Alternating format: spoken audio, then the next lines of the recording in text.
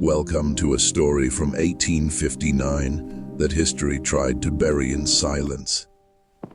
Tonight, you're about to hear about an enslaved girl whose beauty didn't save her. It condemned her. They called her Seraphina, and what her mistress did to her was so cruel that even whispers of it were dangerous at the time. Before we go any further, tell me in the comments where you're watching from, because stories like this come from deep research, hidden records, and painful truths that took a lot of work to uncover. If you want more real, forgotten history exposed without filters, make sure you subscribe, because every story here is built on facts people once tried to erase. The year was 1859, a time when the American South was built on cotton fields, iron rules, and human suffering hidden behind grand plantation houses. The land stretched wide and green under the sun, but beneath its beauty lived a system powered by fear and cruelty. Enslaved people worked from before dawn until long after sunset, their lives measured not in years, but in how much labor their bodies could still give. This was the world Seraphina was born into, a world where freedom was a forbidden idea.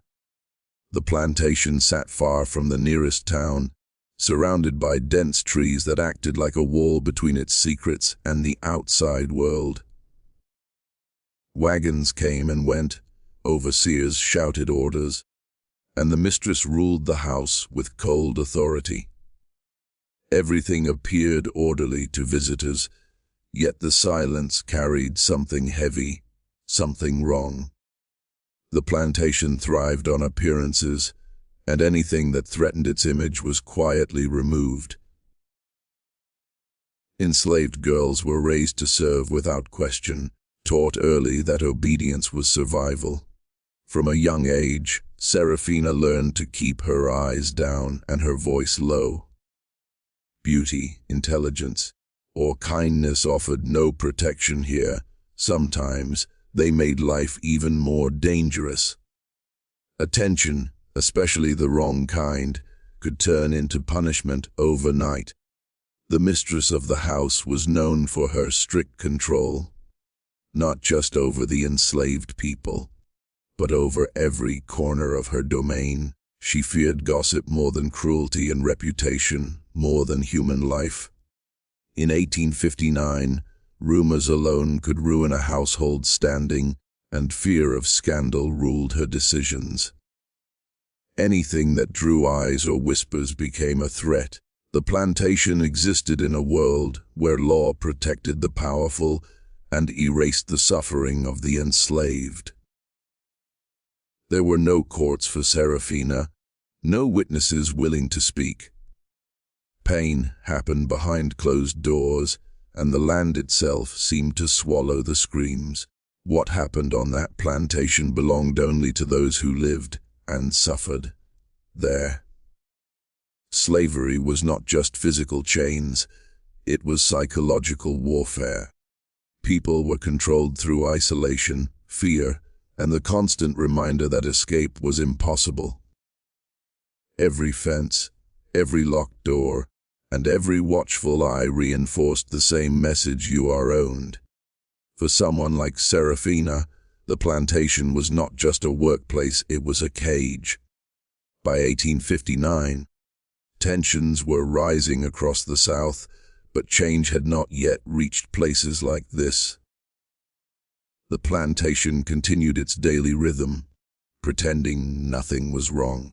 And within that routine, unnoticed by the outside world, the foundation was being laid for a punishment so cruel that it would erase a young girl from sight for an entire decade. Seraphina's beauty was impossible to hide, no matter how hard she tried. It wasn't something she sought or understood as power. It was simply the way she existed in the world. Her features drew quiet glances from other enslaved workers, and uncomfortable stares from those who believed they owned her. In a place where suffering was expected to look worn and broken, her presence felt almost defiant. Her skin caught the light in a way that made people pause, and her eyes carried a depth that unsettled those who looked too long. Even dressed in coarse fabric and forced into exhausting labor, there was something about her that refused to disappear. Beauty, in this world, was not admired, it was feared. It reminded the powerful that they could not fully control everything. Whispers began to move through the plantation, soft and dangerous. Some spoke of her in envy, others in desire, and a few in warning. Attention followed her whether she wanted it or not, and attention was currency that could destroy lives. Serafina learned quickly that being noticed could bring consequences far worse than exhaustion or hunger. The mistress noticed too. At first, it was subtle, long looks, tightened expressions, sudden silence when Serafina entered a room. What should have been indifference slowly turned into resentment. In the mistress's eyes, Serafina's beauty was not natural. It was an insult, a threat to her authority and control. Jealousy took root quietly, feeding on fear and insecurity.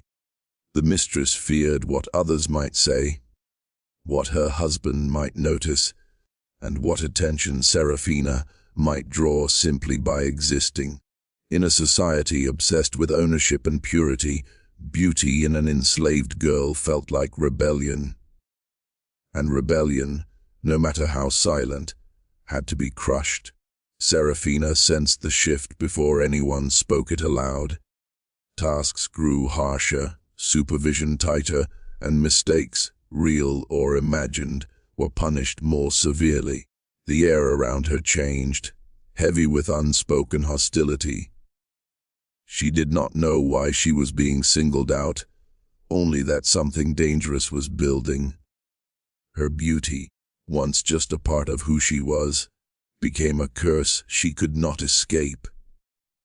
It marked her, separated her, and made her vulnerable in ways she could not defend against. And as resentment hardened into obsession, the mistress began to see only one solution: to remove that beauty from sight, no matter the cost. The mistress's jealousy did not explode all at once. It crept in slowly, like a sickness. At first, it was denial, a refusal to accept the discomfort she felt whenever Serafina passed through the room. But jealousy has a way of feeding itself, turning small thoughts into obsessions. Every glance Serafina received felt like a personal attack, even when none was intended. She began watching Serafina more closely than the others. Simple movements were scrutinized, expressions misread, silence interpreted as defiance. In the mistress's mind, Serafina was no longer just an enslaved girl. She became a mirror reflecting fears the mistress could not control. Youth, beauty, and attention were things she felt slipping away from herself. What terrified the mistress most was not what Serafina did, but what she represented. In a rigid society built on hierarchy and image, an enslaved girl drawing attention threatened the fragile balance of power inside the household. The mistress feared whispers, judgment, and humiliation more than cruelty. To her, jealousy felt justified, almost righteous. This jealousy twisted into resentment. Every compliment overheard, every stolen glance from others, added fuel to her anger. Instead of seeing Serafina as a human being, she reduced her to a problem that needed solving. Compassion had no place in a mind consumed by envy. Punishments became personal. Tasks meant to break spirit were assigned deliberately. designed not just to exhaust the body, but to humiliate. The mistress found satisfaction in control, believing that dominance could silence her own insecurities. Yet the jealousy only grew stronger, darker, more consuming. The household felt the shift. Servants avoided speaking, eyes stayed lowered, and tension thickened the air. No one dared question the mistress's behavior. Doing so would invite punishment. Silence became survival, and Serafina stood alone at the center of it. By the time jealousy fully took hold, the mistress no longer saw chains as cruelty, she saw them as necessity. In her mind, removing Serafina from sight was the only way to restore order, protect her pride, and quiet the fear eating her alive. And once that thought took root, there was no turning back. The mistress's fear went beyond jealousy. It was rooted in the terror of being seen and talked about. In 1859, reputation was everything, especially for a woman who ruled a plantation household. A single rumor could spread like fire, and the mistress lived in constant dread of whispers she could not control. Serafina's presence felt like a spark too close to dry wood. She feared the attention Serafina drew from visitors, overseers, and especially from within her own household. Even a glance held too long felt dangerous. The mistress imagined conversations happening behind closed doors, eyes judging her, voices questioning her authority. Whether those conversations were real or not didn't matter. Fear made them real enough. What haunted her most was the idea that Serafina could become a subject of desire. In a society obsessed with appearances and ownership, that possibility felt like humiliation. The mistress believed that if others noticed Serafina, they would see her not as a ruler, but as someone losing control, and losing control was unforgivable. Every social gathering became a test of nerves. The mistress watched closely, scanning faces, measuring reactions. If Serafina entered a room, the mistress's posture stiffened, her voice sharpened. The fear of attention turned ordinary moments into threats that needed to be eliminated. Instead of confronting her own insecurity, the mistress chose prevention. If Serafina could not be seen, she could not be talked about. If she could not be talked about, the mistress's image would remain intact. This logic, cold and calculated, justified cruelty in her mind.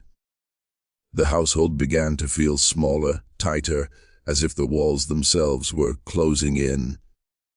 Orders were given quietly, movements restricted, and Serafina was slowly pushed further from shared spaces. Each step reduced her visibility, and with it, her humanity. Fear of attention became the final push. The mistress convinced herself that disappearance was safer than existence. And with that belief, she prepared to erase Serafina from sight, locking her away not because of something she had done, but because of what others might see. The isolation did not begin with chains or locked doors. It began quietly, almost invisibly.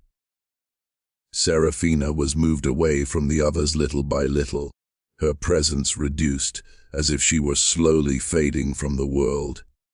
Tasks that once placed her among groups were replaced with work done alone, far from curious eyes.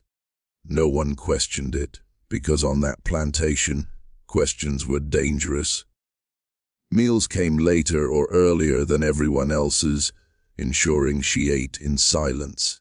Her sleeping place was changed to a corner, where shadows gathered and voices did not reach. Isolation was used as a tool, a way to weaken her without leaving marks. The mistress understood that loneliness could break a person more effectively than violence. At first, Serafina thought it was temporary, a punishment that would pass. She held on to small hopes, shared glances, distant voices, the memory of laughter she once heard at night. But days turned into weeks, and weeks into months. The silence grew heavier, pressing against her thoughts. The others noticed her absence, but said nothing. They had learned long ago that noticing too much could make you next. Survival meant looking away, even when your heart protested. So Serafina disappeared in plain sight, erased by fear and obedience. Isolation began to reshape her world. Without conversation, without touch, time lost its meaning. Nights stretched endlessly, and days blurred together. The darkness became familiar, almost alive, and her own thoughts grew louder than any voice she had ever heard.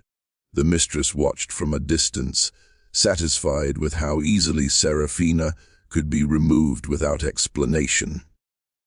There were no records, no witnesses, no questions asked. Isolation worked exactly as intended. It made suffering quiet, invisible, and easy to deny. This quiet removal was the final step before something far worse. By the time anyone might have realized Serafina was truly gone, she was already locked away from the world.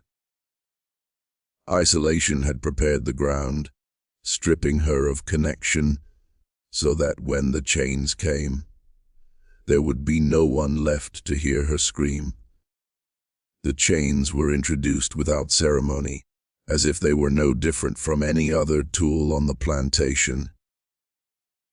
There was no announcement, no explanation, just cold iron brought into Serafina's world. Control no longer relied on orders or threats. It was enforced through weight, restriction, and pain. The message was clear and final. At first, the chains were used sparingly, placed on her during certain hours, tightened just enough to remind her of her place. Each movement became deliberate, cautious, measured. The sound of metal scraping against metal followed her like a warning. Even when she was alone, the chains spoke for her captors. The mistress justified it as discipline, convincing herself it was necessary to maintain order. In truth, the chains were a way to erase Serafina's presence entirely. Bound and restrained, she could no longer be seen, noticed, or spoken about. Control had become absolute. With chains came fear that settled deep into the body. Sleep was restless, interrupted by discomfort and the constant awareness of captivity. Simple actions, standing, sitting, breathing deeply, became painful negotiations. The chains did not just bind her limbs, they invaded her thoughts. There was no resistance that could change her fate. Any attempt to struggle only made the iron bite deeper. Over time, pain taught obedience more effectively than words ever could. The body learned its limits, and the spirit was forced to adapt just to survive. No one intervened. The household accepted the chains as part of the unseen order that governed life on the plantation. Silence protected everyone except the one suffering. Serafina's captivity became normalized, another secret buried under routine. Chains marked the point of no return.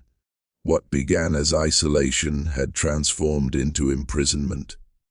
From that moment on, Serafina was no longer just hidden, she was owned in the most brutal sense.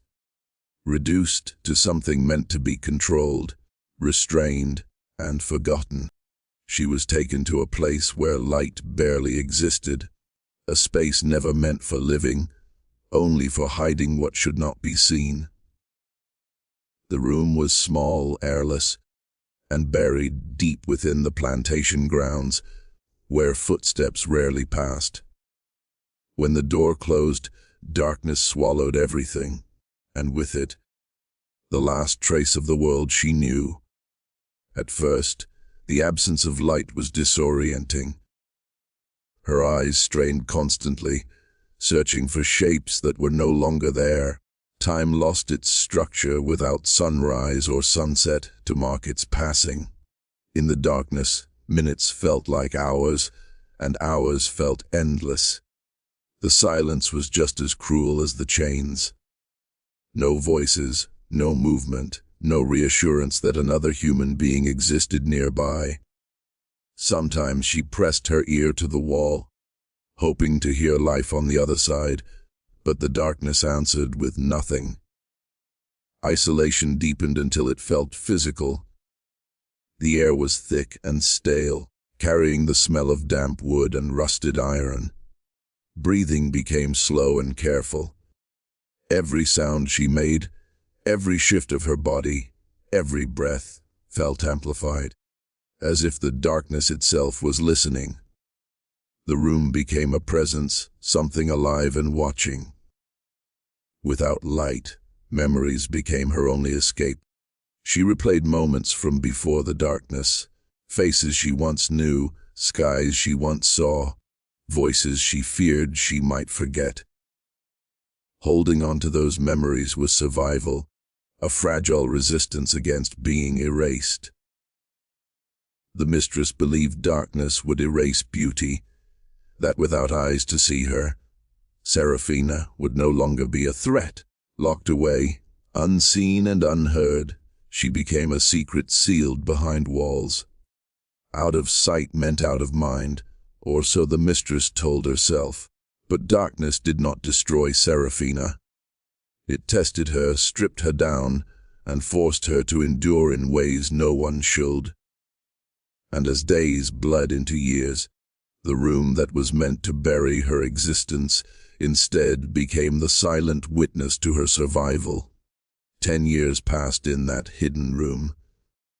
A decade marked by silence, darkness, and relentless isolation. Time became meaningless, measured only by the slow rhythm of hunger and exhaustion. The world outside moved on, but for Serafina, each day felt like an eternity trapped within the same four walls. The passage of years was cruelly invisible. Her body changed under the strain of confinement. Muscles weakened, skin grew pale from lack of sunlight, and every movement was a careful negotiation with pain. The chains left marks on her limbs, reminders of the constant control exerted over her. Yet in spite of physical suffering, her spirit quietly endured, refusing to surrender entirely. Psychologically, the 10 years were even harsher. The absence of conversation and human contact turned thoughts inward, forcing her to confront fears, memories, and the unbearable weight of loneliness. Every sound she imagined, footsteps, whispers, laughter, was a cruel trick played by her mind, teasing a connection she could no longer reach. During this time, she became invisible not just to others, but to herself in a way. The girl who had once drawn glances and attention slowly faded into the shadows. Her beauty, the very thing that had condemned her, remained but unseen, a ghost of her former presence.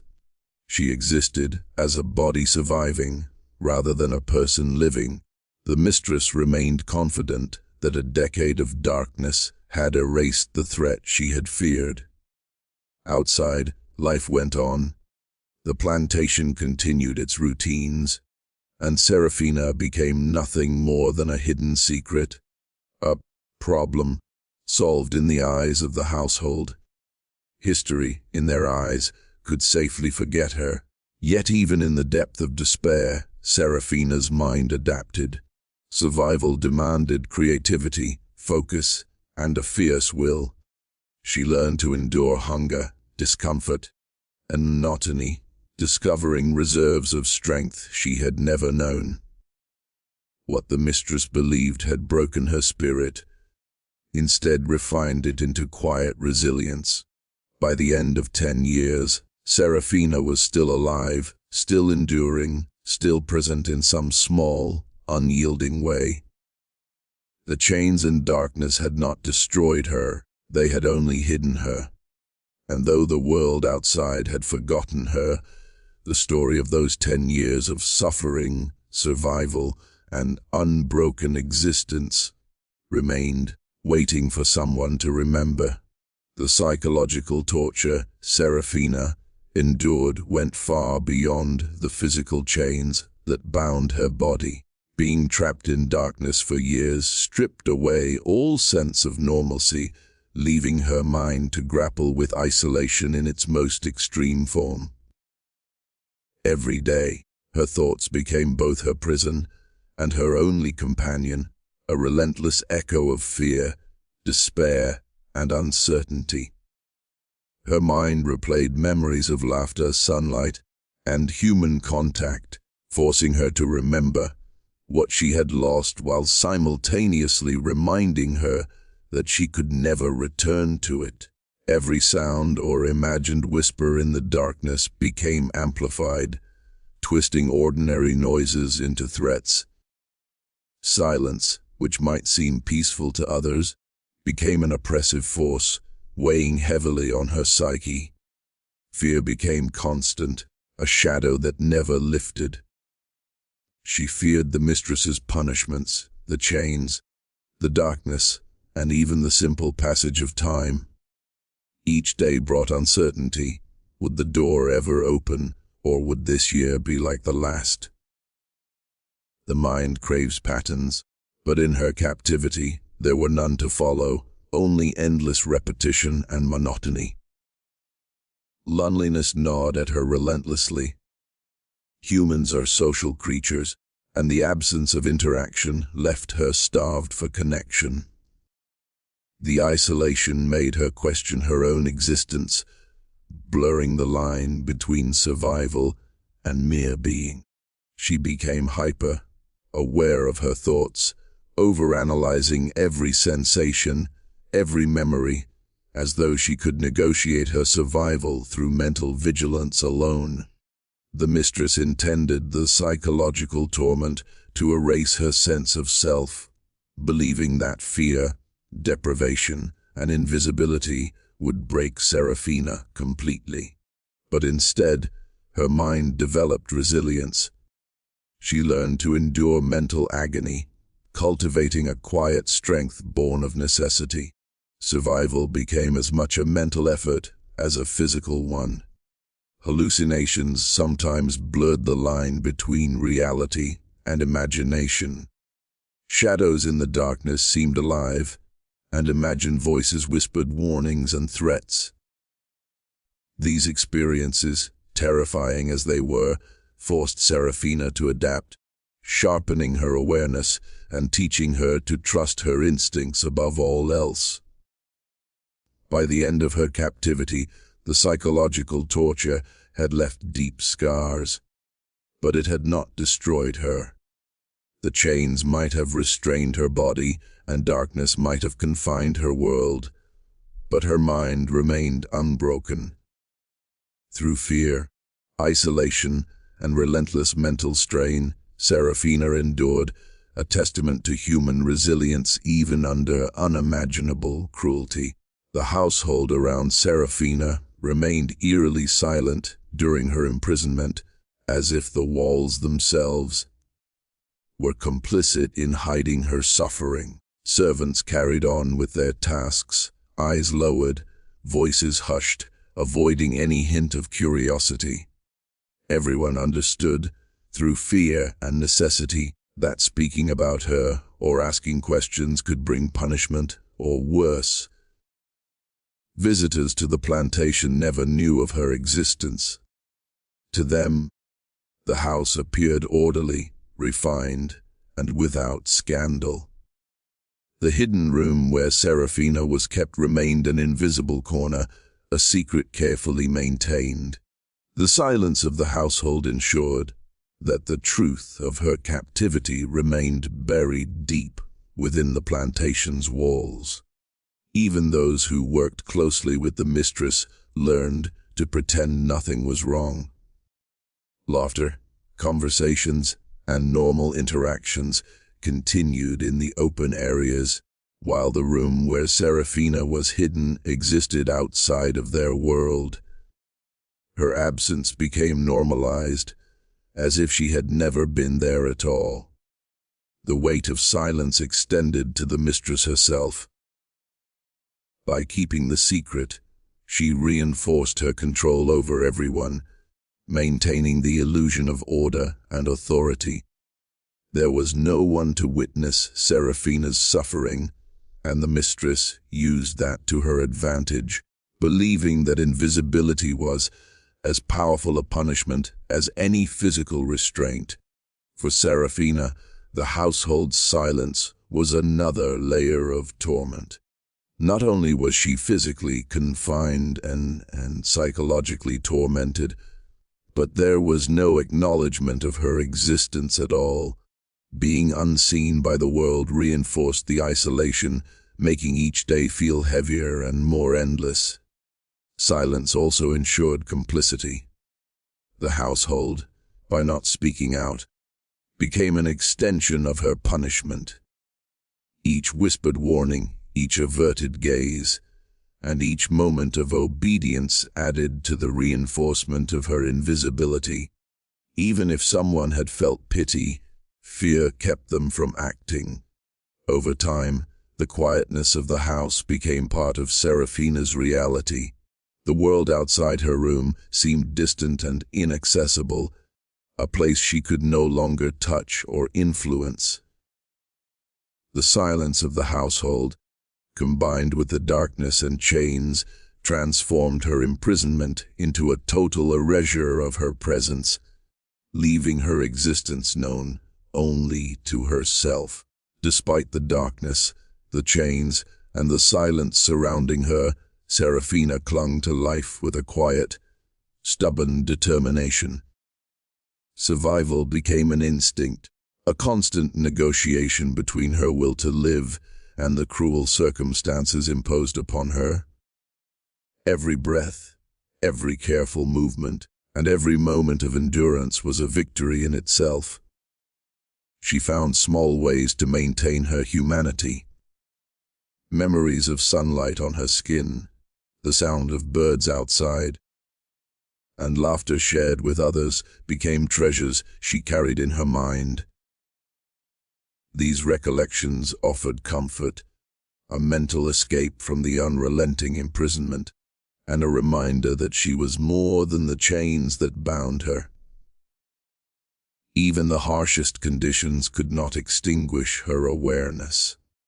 She observed patterns in the sounds around her, the creaking of floorboards, distant voices, shifts in temperature, learning to anticipate the world outside her cell. This attentiveness became a form of quiet power, a way to reclaim a sense of control in an existence designed to remove it. Her resilience was as much psychological as it was physical. She developed routines in the darkness, small rituals that structured her days and gave her a sense of purpose. These acts, seemingly insignificant, became anchors for her sanity and resistance against despair. Every challenge she faced reinforced her inner strength. Hunger, discomfort, isolation, and fear tested her repeatedly, yet she endured. The mind, forced to adapt, grew sharper, more resourceful, and deeply aware of even the smallest signs of hope or danger. Survival required ingenuity, patience, and mental fortitude. Serafina's ability to survive quietly became her rebellion. Though her body was bound and her beauty hidden from the world, she refused to let her spirit be erased. The mistress may have believed she had broken her, but survival itself was a form of resistance, an assertion of her existence. that could not be taken away. By the time 10 years had passed, Serafina had endured what few could imagine. She had survived physically, mentally, and emotionally, despite every attempt to erase her. Her existence, once threatened by cruelty and invisibility, became a testament to resilience, proving that even in the deepest oppression, the human spirit can endure and quietly resist. After 10 long years of confinement, the truth of Serafina's suffering remained hidden, buried beneath layers of secrecy, fear, and silence.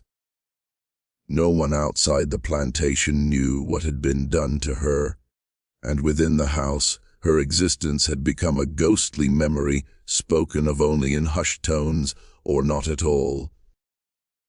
The world had moved on, but her story had not been forgotten by history itself, waiting patiently to be uncovered.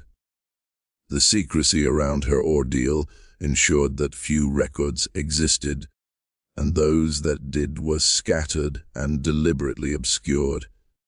Letters, journals, and plantation accounts mentioned her only in passing or avoided the subject entirely.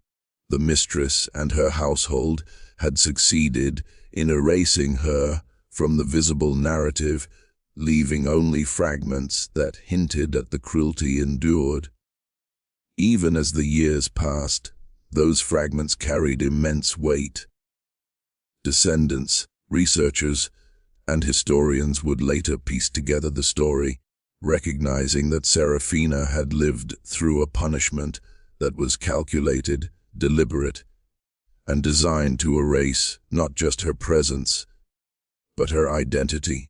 Her imprisonment became a chilling example of how power, fear, and envy could shape a life. The hidden nature of her story also reflects the broader truth of countless others like her. Enslaved women and men endured unspeakable cruelty, often erased from history, their lives and sufferings invisible, except in the faintest traces left behind. Serafina's story stands as both a singular horror and a representation of systemic oppression that sought to silence and hide human existence. The secrecy added a psychological dimension to the cruelty.